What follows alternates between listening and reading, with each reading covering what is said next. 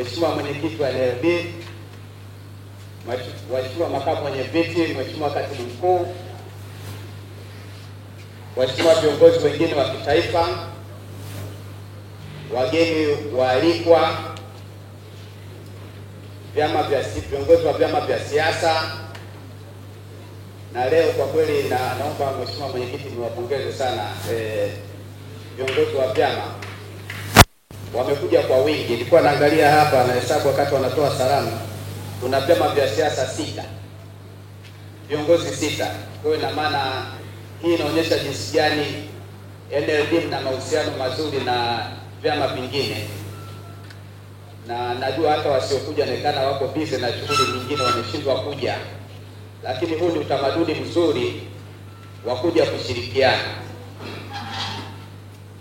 Napokuja kushirikiana kwenye mkutano kama huu, unaangalia wenzako wamefanya jambo gani ambalo unakuiga, sio mbaya, jambo zuri, ndio jambo zuri unaiga. Kwenye upungufu pale kuna changamoto, unaenda unaiepuka na wewe kwenye mkutano, jambo zuri. Pia mnapeana support na inaleta taswira nzuri kwa Watanzania kwamba pamoja na kwamba mna ushindani wa itikadi, ushindani wa kuchukua dola, lakini katika masuala haya ya uongozi, ushirikiano, pamoja wa Tanzania tunaishi pamoja. Niwashukuru pia taasisi nyingine, kuna EISA, kuna TEKI, viongozi wa dini hapa, waandishi wa habari.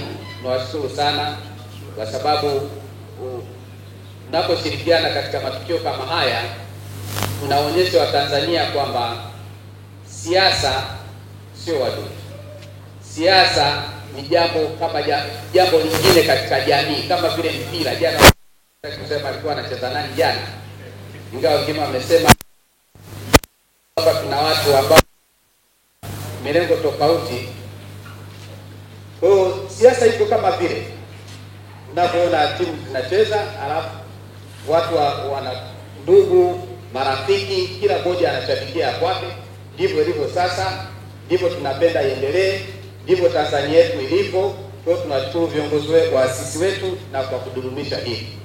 Mheshimiwa Mwenyekiti, naomba nijitambulishe. Mimi naitwa Assist Leonard Nyahoza, ni msajili msaidizi. Nipo hapa kumwakilisha msajili wa vyama vya siasa, Mheshimiwa Jaji Francis Mutungi, ambaye hata jana nilikuwa naongea naye kwa sababu ya majukumu. Sasa hivi kuna hotuba ya Mheshimiwa Waziri Mkuu inajadiliwa bungeni, hotuba ya bajeti. Ni jambo kubwa sana katika nchi yetu, kwa sababu ofisi ya Waziri Mkuu ndio inaratibu shughuli za serikali. Kwa ile hotuba inabeba mambo yote ambayo ya utekelezaji ya serikali inayaongelea, kuonyesha mafanikio tuliokuwa nayo, changamoto na jinsi gani tutakabiliana nazo. Kwa hiyo Mheshimiwa msajili yuko Dodoma na angependa sana kuwa hapa. Kwa hiyo nipo kumwakilisha na naleta salamu zake. Mheshimiwa msajili anawatakia heri, anawapongeza kwa hatua hii ya kuitisha mkutano mkuu ili muweze kupata wagombea urais wa Jamhuri ya Muungano wa Tanzania na mgombea wa urais wa Zanzibar. Mheshimiwa Mwenyekiti, baada ya pongezi nilikuwa naomba kusema kwamba kusisitizia labda aliongelea Mheshimiwa Katibu Mkuu hapa kuhusu vyama vya siasa. Sisi tunaposajili vyama vya siasa kisheria, kisha pata usajili ule kamili, vyote vinakuwa sawa. Hakuna chama kidogo na kikubwa mbele ya sheria, kama ambavyo viongozi wetu wa dini wamekuja hapa, mmoja akasoma dua na sala. Hakuna mtu mdogo na mkubwa mbele ya Mwenyezi Mungu. Kwa ndivyo ilivyo hata sisi kwa vyama vya siasa. Sasa haya mambo ya udogo kubwa ni yenu wenyewe mkiyasema huko, lakini na siku zote unaweza kuwa, kama kuna udogo basi siku zote unaweza kuwa mdogo au siku zote unaweza kuwa mkubwa. Kwa hiyo na tunalisema hilo ili wananchi waelewe. Na jambo lingine ambalo tunapenda kusisitiza ni kwamba vyama vyote vinafanya siasa. Vyote 19 vyenye usajili kamili. Vyama vyote vinashiriki uchaguzi. Katika chaguzi zetu, kwa mfano ile ya 2020, vyama vyote vilishiriki. Ulikuwa na chaguzi za serikali za mitaa zilizopita, hii 2024, vyote vilishiriki. chaguzi zilizopita vyama vyote vinashiriki. Vyama vyote vinafanya shughuli za kisiasa. Sasa kuna watu wanakumbina, anakupigia simu anakuuliza, mbona vyama vingine hatuvioni? Hivi vipo? Vyama vipo na vinafanya shughuli za kisiasa, ila kuviona ni tofauti. Hivi kwani, labda niulize, akiwa anacheza Simba na Yanga na akiwa anacheza timu nyingine, ukipita barabara ni siku gani utagundua kuna mechi zinachezwa? Kwa sababu tunatofautiana duniani, si ndio? Mimi nikipita barabarani nitapita tu, hamna mtu atajua na, lakini akipita Diamond, akipita kiongozi mwingine na siasa, si ndio, watajua fulani kabisa, si ndio?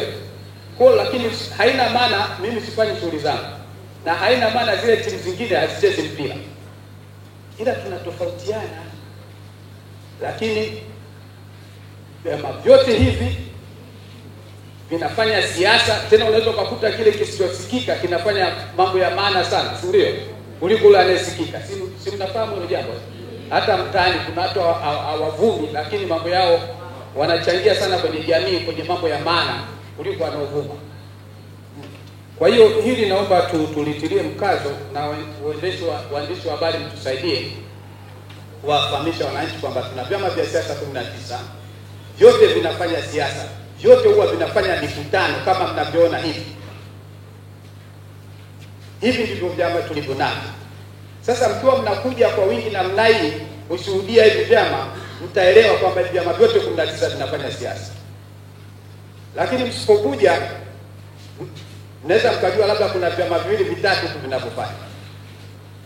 Kwa hiyo na mimi ni waase viongozi wa vyama vya siasa vyote, mwe mnawaalika kama walivyofanya wenzenu NLD.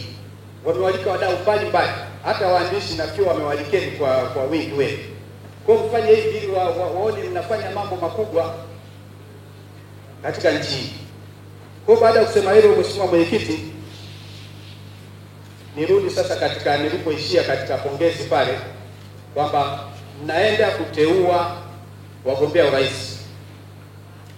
Na hii ina maana gani?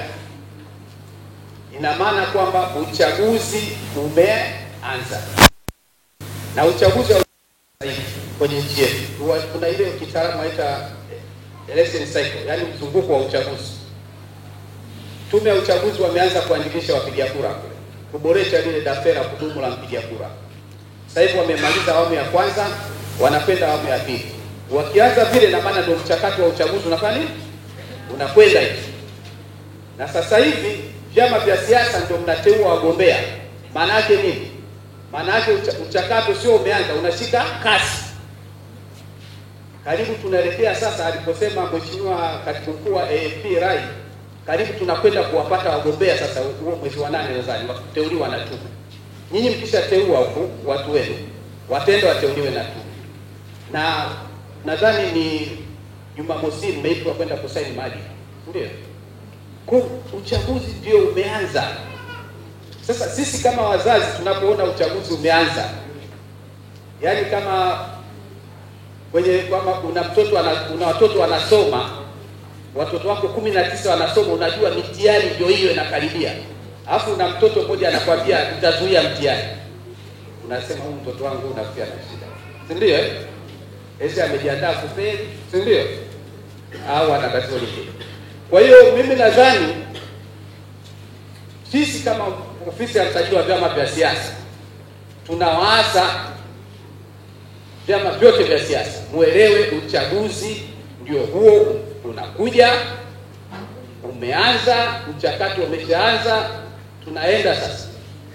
Hakuna kinachozuilika. Uchaguzi upo, mjiandae, sisi wazazi tutafaidika sana mkishiriki. Kama kuna changamoto mnaziongea siku zote, tume ya uchaguzi wanaita wadau, mnaongea, si ndio? Mnaongea, mnabadilishana mawazo, yale mambo muhimu mnaweka sawa. Ndio mambo mchakato wa uchaguzi ushirikishi. Kwa hiyo kwa kupitia mkutano huu, ofisi ya msajili wa vyama vya siasa tunawaasa vyama vya siasa mshiriki ipasavyo vyote 19 kwenye uchaguzi, kwa sababu lengo la chama cha siasa ni kushika dola kupitia uchaguzi kama inavyosema kifungu cha 3 cha sheria ya vyama vya siasa. Ukiwa unataka kushika dola bila kupitia uchaguzi, wewe sio chama cha siasa. Utakuwa kama hizo wanaita ni level group, sio wanani hao vikundi vya wasi, na ni mambo ya hovyo kabisa kuongelea uasi kwenye nchi ya kidemokrasia. Nilisikia kiongozi mmoja anatamka hili neno, nikasema nafikiri katamka jambo la hovyo sana na anatakiwa akemewe sana, kwa sababu nchi ya kidemokrasia tumeshaweka misingi ya kidemokrasia. Watu watafuta uongozi kwa njia ya uchaguzi, na ndio maana nyinyi mko hapa, watu wanapiga kura. Wewe unaongelea uasi? Mheshimiwa Mwenyekiti, naamini kabisa hakuna mambo kama haya ambayo yatakuwa yanaendelea kuongewa, na nyinyi kama viongozi wa vyama vya siasa mtakuwa mnakemea vile vile wenzenu wakifanya mambo ya hovyo, na mnatusaidia kuhakikisha kwamba uchaguzi wetu unakuwa na amani na utulivu. Kwa sababu Mheshimiwa Mwenyekiti, ukiangalia ile wimbo wa taifa umesisitiza mambo kama manne hivi. Ukiusikiliza kuna neno uhuru, hekima, umoja, amani. Ina maana haya mambo yanasisitizwa muda wote, na hasa kipindi cha uchaguzi. Watu wamongelea hapa, tusisizane swala la amani. Kwa mimi naomba twende pamoja, tusisize swala la amani. Kwa swala lingine nimeongelewa hapa, mmemwalika mtu wa TGNP, masuala ya haki za wanawake, hata katika siasa, kuwapa nafasi ya kugombea. TGNP mmewalika, waliwasaidieni TGNP na WILDAF kutengeneza sera za jinsia. Kwa tunaomba sana katika mnapofanya nafasi zenu za kuteua wagombea urais, wagombea ubunge, wagombea udiwani, mfikirie sana kuwapa nafasi za kutosha wakina mama, kwa sababu kutokana na historia yetu na hali halisi ya mila na desturi, wakina mama wako nyuma. Kwa lazima muwe na juhudi za makusudi za kuhakikisha wanapata hizo nafasi, wanagombea, mnawekea mazingira mazuri, na idadi inakuwa na uwiano unaokubalika wa wagombea wenu wa wanawake na wanaume. Sionekana mnagombea wanaume tu kwenye ubunge, udiwani. Nadhani ndio TGNP mko hapa, mjitahidi sana kuhamasisha, sio nyie pekee na taasisi zingine ambazo mnatukia haki za wanawake, kwa sababu ni haki yao wanawake kushiriki katika maamuzi. Na wakati ndio huu ndani ya vyama vya siasa. Msisubiri tume hawezi kuwapelekea wachagulieni wagombea. Mnachagua nyie vyama vya siasa, ndio mnawapeleka kule tume. Kwa wakati ndio huu. Baada ya kusema hapo, Mheshimiwa Mwenyekiti, niwatakie uchaguzi wa wagombea mwema, na tunakuja kuwaona sasa hapa jinsi gani mtatumia demokrasia yenu kwa mujibu wa katiba yenu. Sisi hapa katika ofisi ya mkuu wa vyama vya siasa tunakuja kuangalia jinsi gani mmefuata katiba yenu. Hapa tunakuja kuona demokrasia inaanzia nyumbani. Msije mkaidai huko wakati ndani hamna demokrasia. Tunataka ianzie kwenye chama chetu. Baada ya kusema hayo, tunawatakia heri. Asanteni sana.